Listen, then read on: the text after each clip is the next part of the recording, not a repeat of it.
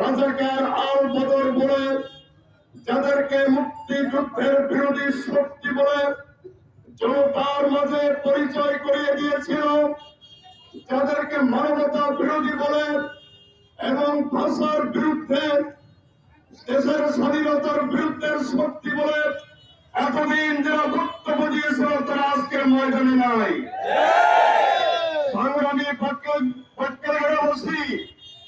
এটা ইতিহাস। এতদিন যাদের বিরুদ্ধে বক্তব্য দিয়েছে আজকের তারাই এই বিজয় স্মরণে এসে তারাই বক্তব্য রাখছে। সংগ্রামী পক্ষে ইতিহাস কিছুদিনের জন্য হয়তো মানুষকে ভুল বোঝানো যায়, মিথ্যা কথা বলে কিছুদিনের জন্য মানুষকে প্রতারিত করা যায়, কিন্তু মিথ্যা দিয়ে সত্যকে ঢেকে রাখা যায় না।